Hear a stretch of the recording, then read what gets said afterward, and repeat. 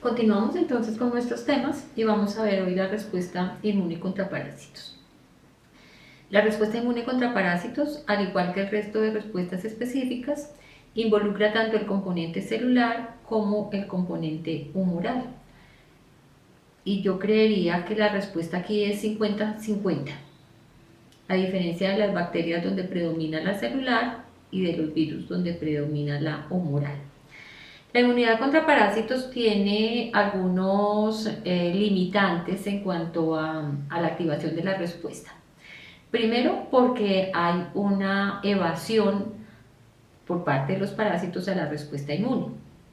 Y esa evasión la hacen a partir de la variación antigénica, de la localización de los parásitos en sitios privilegiados, del mimetismo molecular, de la inducción de moléculas inmunosupresoras, de las barreras naturales y de la complejidad del ciclo de vida de los parásitos. Como involucran varios ciclos de vida, es posible que cuando la respuesta inmune se esté montando contra una fase de vida, el parásito ya pase a una etapa posterior y en esa medida pues la respuesta inmune ya no es eficiente. Está involucrada tanto la respuesta innata como la respuesta adquirida. Por supuesto, en la respuesta innata está involucrada la genética, la integridad de las barreras naturales y de las mucosas. Están las células NK, que tienen un papel muy importante, al igual que los eosinófilos, el proceso de fagocitosis, los mecanismos inespecíficos que veíamos como la inflamación, la activación del complemento. Está la inmunoglobulina E y citoquinas principalmente involucradas el interferón gamma y el factor de necrosis tumoral.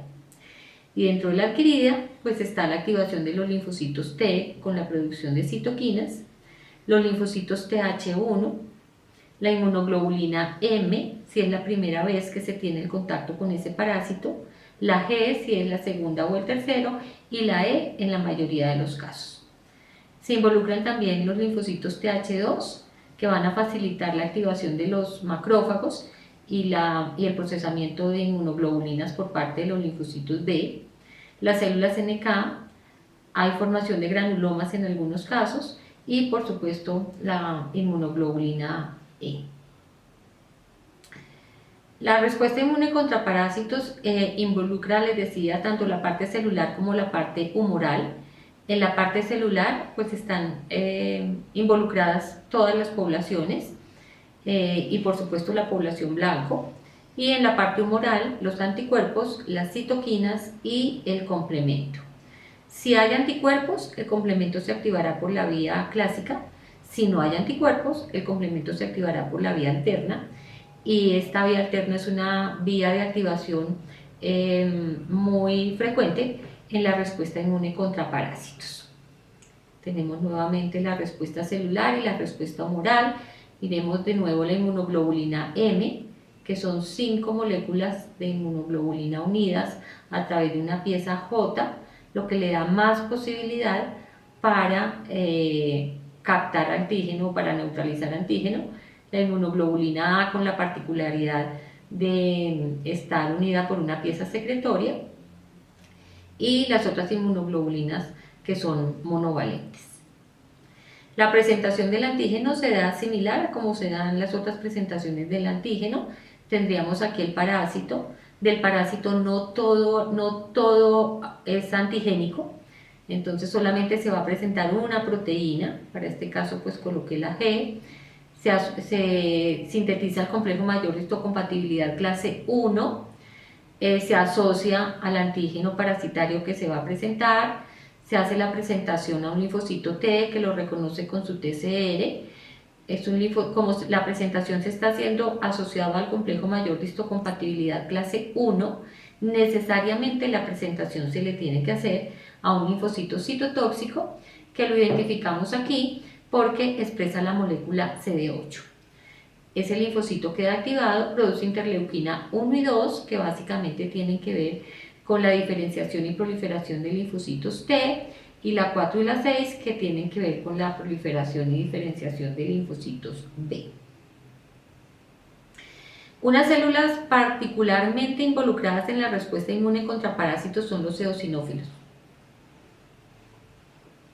Los eosinófilos tienen todos estos receptores y más.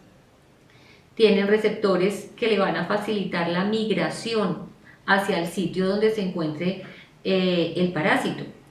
¿Y qué hace cuando llega al sitio donde está el parásito? Degranula, vierte el contenido de todos estos gránulos sobre el parásito, y eso es lo que tiene un efecto nocivo sobre la cutícula, sobre el cuerpo del parásito. Entonces miren cuántos receptores tiene para la migración, tiene receptores para la activación, y fíjense cómo los receptores para la activación corresponden al receptor para la inmunoglobulina E. Si este es el receptor para la inmunoglobulina E, lo único que puede llegar a pegarse aquí es la inmunoglobulina E. Y cuando se pega la inmunoglobulina E a este receptor, el linfocito recibe la instrucción de degranular y vierte sobre los parásitos todo el contenido de los gránulos. Otro receptor importante es el receptor para la inmunoglobulina G4, receptores para el complemento y receptores para los leucotrienos. Y el contenido de sus gránulos está dado por la proteína básica mayor, la peroxidasa de los eosinófilos, la neurotoxina, la proteína catiónica de los eosinófilos, y estas sustancias les sirven para la degranulación externa. Están también los leucotrienos, que tienen que ver con el proceso inflamatorio que se genera en los procesos, en las inflamaciones por carga parasitaria. A su vez, la proteína básica mayor y la proteína catiónica tienen que ver con la destrucción de los parásitos, y dentro del contenido de los gránulos también hay grandes cantidades de factor transformante de crecimiento de las células T, interleuquina 6, interleuquina 4, interleuquina 9, interleuquina 11, interleuquina 13, que tienen que ver con la regulación de la respuesta. Como ejemplo, vamos a ver que la respuesta inmune contra toxoplasma involucra la producción de citoquinas, entre ellas principalmente el interferón gamma y el factor de necrosis tumoral alfa. La inmunidad celular se da principalmente por los linfocitos Th2, que tienen un efecto coadyuvante, facilitando la producción de anticuerpos por parte de la célula B, y una gran actividad citolítica dada por los linfocitos citotóxicos, que son los que expresan la molécula CD8. En cuanto a Trypanosoma cruzi, hay invasión de distintas células nucleadas y se forma una vacuola parasitófora. El parásito abandona esa vacuola, entra al citoplasma, y en el citoplasma quedan los antígenos disponibles para su procesamiento asociado al complejo mayor de histocompatibilidad clase 1. Si esos antígenos van a ser asociados al complejo mayor de histocompatibilidad clase 1, necesariamente tienen que ser presentados a un linfocito citotóxico. Y ese linfocito citotóxico activado va a producir interferón gamma, que es probablemente uno de los mecanismos más importantes en cuanto a protección contra parásitos. Miremos entonces la respuesta inmune, tanto innata como adaptativa, para el caso de los parásitos. Involucra a los macrófagos, a las células NK y a los linfocitos Th2, tanto la innata como la adaptativa. Dependiendo del nivel de la cantidad de citoquinas que produzcan estos linfocitos Th1, pues van a activar células NK, linfocitos T y los macrófagos para la respuesta celular. Y en cuanto a la respuesta humoral, pues van a participar los linfocitos Th2, que son los coadyuvantes, con su patrón de citoquinas. Producen interleuquina 4, interleuquina 5, interleuquina 6, interleuquina 10, y eso va a hacer que estos anticuerpos, que estos linfocitos D se transformen por supuesto en células plasmáticas y produzcan los correspondientes anticuerpos que van a ir a neutralizar a los antígenos parasitarios. Con respecto a la respuesta del MINTOS, lo vamos a ver tal vez finalizando también específicamente cuáles son las células involucradas, pero es un proceso que involucra la degranulación de los mastocitos. Recuerden que los mastocitos son una población celular muy grande con numerosos gránulos intracitoplasmáticos que contienen una gran cantidad de sustancias que también van a tener un efecto contra los parásitos, que tienen esos mastocitos receptores para la porción FC de la inmunoglobulina E.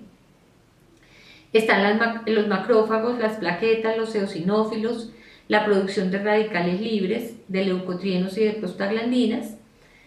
Participan los linfocitos Th1, el interferón gamma, la interleuquina 2, el factor de necrosis tumoral, y es posible que puedan inducir una hipersensibilidad tipo 1. Los eosinófilos participan principalmente a través del contenido de los gránulos, y entre ellas la proteína catiónica es muy tóxica para la cutícula de los parásitos, y la peroxidasa de los eosinófilos produce metabolitos del oxígeno, y al producir metabolitos del oxígeno pues se generan a través de una serie de reacciones químicas los famosos radicales libres, que los vimos son los mismos que se producen durante el proceso de fagocitosis. La respuesta inmune contra hongos también involucra la respuesta innata y la respuesta adquirida. La respuesta innata pues va a involucrar todos los elementos con los cuales el individuo nace, las barreras, la piel, todas las poblaciones celulares. Participan principalmente neutrófilos. Los neutrófilos son muy activos fagocitando hongos, los macrófagos haciendo la presentación del antígeno y fagocitando, las células NK con su actividad citolítica y el complemento. Y en la adquirida pues la respuesta celular y la respuesta humoral. En la inmunidad frente a artrópodos pues hay que considerar que la inyección de saliva puede inducir hipersensibilidad tanto de tipo 1, que es de presentación inmediata, como de tipo tardío, que es la hipersensibilidad tipo 4, en donde también es una inmunidad netamente celular. O también pueden introducir toxinas. Y para resumir la parte de actividad de la respuesta inmune contra protozoos y helmintos, para compararla, tenemos aquí que en las infecciones por protozoos participan principalmente los neutrófilos y los macrófagos, produciendo interleuquina 12. Esa interleuquina 12 incrementa la cantidad de células NK, y esas células NK pues van a producir gran cantidad de interferón gamma. Ese interferón gamma va a influir sobre los macrófagos para que estos se activen y produzcan interleuquina 1, 12, 18 y el factor de necrosis tumoral alfa. Y va a actuar también sobre las células Th1, facilitando que los linfocitos B produzcan anticuerpos, que se aumente el interferón gamma y hay gran producción de óxido nítrico, se incrementan los macrófagos y se incrementa aún más la producción de óxido nítrico, y se incrementa la población de linfocitos citotóxicos. Para los helmintos, las células particularmente involucradas son las células NK, los eosinófilos, los mastocitos, los basófilos y los linfocitos T. Generan interleuquina 4. La interleuquina 4 tiene una acción sobre los linfocitos Th2.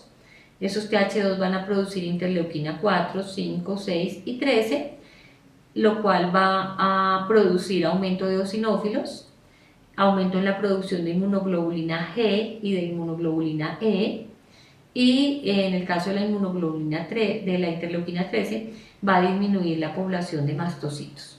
Así que tenemos como una amplia gama de respuesta inmune especializada contra las diferentes modalidades de infecciones parasitarias.